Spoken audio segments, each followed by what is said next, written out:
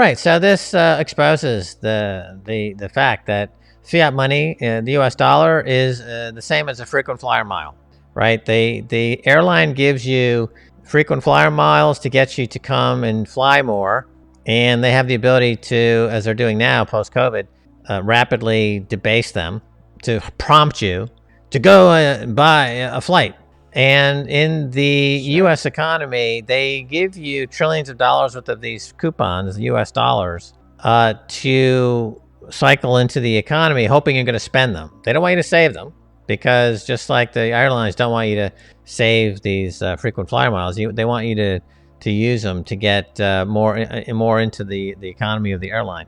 And so it really just shows that the fiat money world and the U.S. economy and the global economy is set up purely for corporations, and they print all the fun coupons to allow people to buy the corporate products. And so it's an amusement park. We used to have S&H green stamps when I was a kid. You know, you go to the grocery store and you get these green stamps and you put them in a book, and when you get 100 books, you can buy a toaster.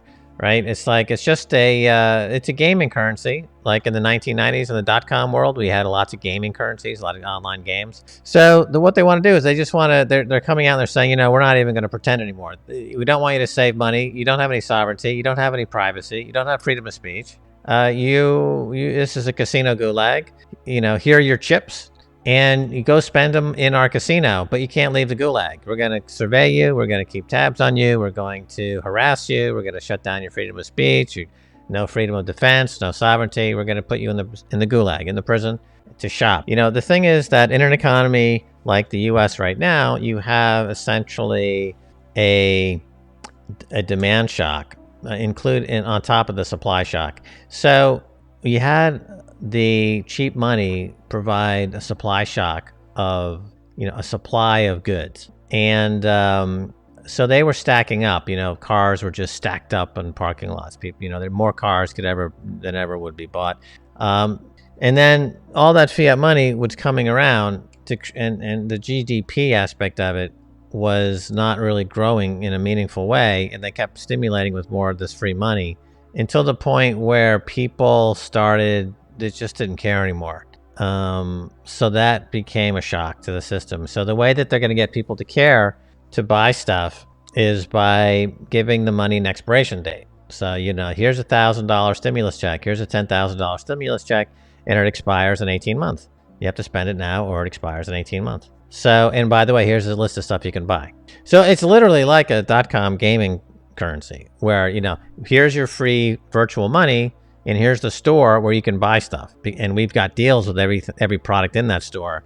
You know, you can't use the money we give you to buy Bitcoin. You can't use it to buy gold. You can't use it to buy anything that's going to appreciate in value unless you subscribe to America Prime, right? If you're willing to pay an annual fee, America, the subscription model, then you can buy stuff other than what's on our pre-programmed list, right? And so that's, you know, that they're managing everybody like this gaming environment, which is this casino gulag environment. You know, the vast majority, probably over 90% of the population, will be living literally in this virtual gaming environment, just clicking on ads to get protein pills to survive another 5 hours. And that's how most people are going to live. That's how most people live now. And people are saving, particularly the millennials, and because of Bitcoin. So they're not spending, they're saving, and they realize that actually saving makes sense. Before we continue, help us by smashing that YouTube like button and subscribe now to this channel. This shows the algorithm that you value the information, and it helps us spread this message. Sharing is caring. Please like and subscribe now. Thank you. And now let's continue. So, and it doesn't matter now. They can keep pumping more fiat money into it, and they're not going to get people to spend it. So now they're saying that, well, the way we're going to get you to spend it is we're going to give it an elapsed time. We're going to give it a point at which you have to spend it by. It becomes null and void, right? So all the money you make, all the money you have, it has a time limit.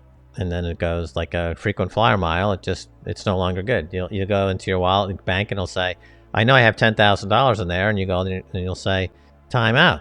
got timed out. Doesn't exist anymore. So you won't be able to opt out of the system because the only transactions allowed will be the transactions for things that they put on their official list to spend. So let's say you want to opt out of the system and you want to buy some tools to build a house for yourself. Well, those tools are not on the list, right? So you can't buy them. You have no money. Money's not good. It doesn't work. It only works on their approved list. And that approved list doesn't include the tools in that area to build a house. Yes. Right? So that's the gulag, right? You can only be in this house at this time to spend on these things, right? It's a prison.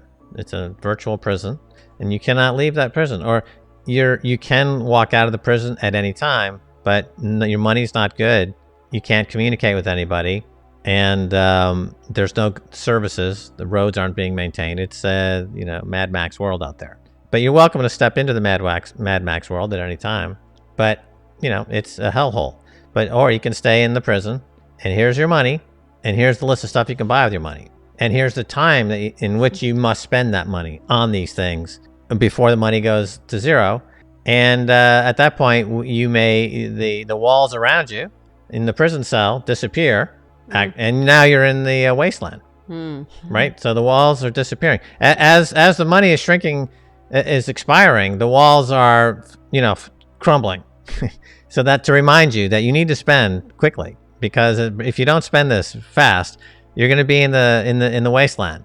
And so it's very Matrix-like. The movie Matrix. It's very much like that, where yes, there's essentially we're in a virtual prison. So, okay, this is taking a leap into another kind of confrontational era, if you will.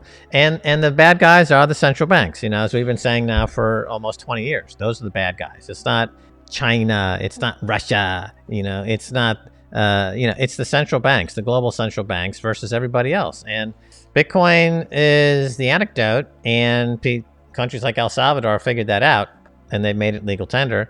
And so we see the battle emerging, and this is the 36 months is going to be key. It's going to be crucial. And that, I guess, getting back to Elon, that's where it's frustrating. Like, he shows flashes of brilliance, kind of, it's like the raisins in a very bland rice pudding, right? Most of what he says is just very bland and innocuous, inane dribble. And then there's a raisin here and there. It's like a little flash of brilliance, like, oh yeah, government is a giant corporation. And then you're like, okay, tell me more. But now he's off giggling about, having whatever.